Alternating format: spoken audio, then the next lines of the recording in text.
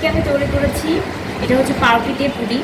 পাউরুটি দিয়ে পুডিংটা তৈরি করে এই পুডিংটা পারফেক্ট হওয়ার সম্ভাবনা সবচেয়ে বেশি থাকে এবং এই পুডিংটা হচ্ছে শেপটা নষ্ট হওয়ার চান্সেস বেশি একটা থাকে না। আর মাত্র 2টা ডিম দিয়ে মোটামুটি হাফ কেজির মতো দুধ, 3টা পাউরুটি দিয়ে এই মজার কেক পারেন। ক্যারামেলটা তৈরি করে নিচ্ছি। আমি চিনি নিয়ে নিলাম, তারপর সাথে সামান্য পানি দিলাম। খুব বেশি নাড়াচাড়া করা যাবে না, চুলার তাপটাকে হাই রেখে এটা করতে হবে। আর অবশ্যই ধোয়া ওঠার আগ পর্যন্ত। যদি ধোয়া উঠে যায় সেক্ষেত্রে কিন্তু ক্যারামেলটা খেতে তিতা লাগবে, আর তিতা হলেই কিন্তু পুরো পুডিংটাই আপনার নষ্ট হয়ে যাবে। তাই গরম গরম একবারে আমি যে পাত্রে পুডিংটা সেট করব সেই পাত্রে দিয়ে দিলাম। পাত্রটাকে একটু ঘুরিয়ে নিচ্ছি যাতে চারপাশে খুব ভালোভাবে ছড়িয়ে যায়।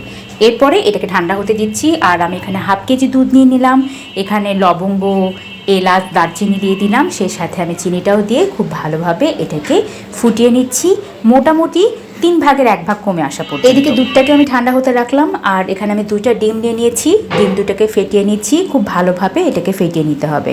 তবে এখানে যে বিটার দিয়ে ফাটিয়ে নিতে হবে এরকম কিছু না, আপনি চাইলে কাঁটা চামচ দিয়ে এভাবেও ফেটিয়ে নিতে পারেন। আমি ডিমের মধ্যে সামান্য একটু লবণ দিয়ে নিয়েছি। এরপর পাউরুটিটাকে আমি ব্লেন্ডারে ব্লেন্ড করে নেব। আমি 3 পিস পাউরুটি ব্যবহার করেছি, আপনাদের পছন্দ মতো করতে পারেন। এরপরে এটাকে খুব ভালোভাবে ব্লেন্ড করে নিলাম, একদম মিহি হয়ে গেছে, দেখতেই পাচ্ছেন।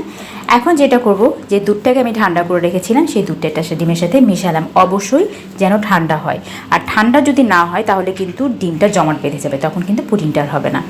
আর এরপরে আমি একটা ছাঁকনির মাধ্যম দিয়ে এটাকে একদম ছেঁকে নিলাম, যাতে করে বাবলস না থাকে এবং অপ্রয়োজনীয় জিনিসগুলো এই লিকুইডের মধ্যে না থাকে। একটা পারফেক্ট পুডিং তৈরি করার জন্য এই স্টেপগুলোকে অবশ্যই ফলো করবেন। সেই সাথে আমি এখন যেটা করলাম, উপর থেকে এই যে পাউরুটিগুলোকে আমি ব্লেন্ড করে রেখেছিলাম সেই পাউরুটিটাকে এখন এর মধ্যে দিয়ে জাস্ট মিশিয়ে দিলাম। ব্যাস, কমপ্লিট হয়ে গেছে। এখন আমি এরকম একটা গামলা ব্যবহার করেছি, আপনাদের কাছে যেমন পাত্র আছে সেমনটাই ব্যবহার করবেন। ওই পাত্রের পানিটাকে আমি গরম হওয়ার পর্যন্ত, ঠিক পাত্রটা যাতে 3 ভাগের 1 ভাগ পর্যন্ত ডুবে থাকে এরকম অবস্থায় রাখতে হবে। এরপর এটাকে আমি ঢাকনা দিয়ে রেখে দিচ্ছি মোটামুটি 40 মিনিটের মতো। প্রথমে আমি হাই হিটে রেখেছি 15 থেকে 20 মিনিট, তারপর মিডিয়াম তাপে এটাকে 40 মিনিট। টোটাল আমার 40 মিনিট ছিল।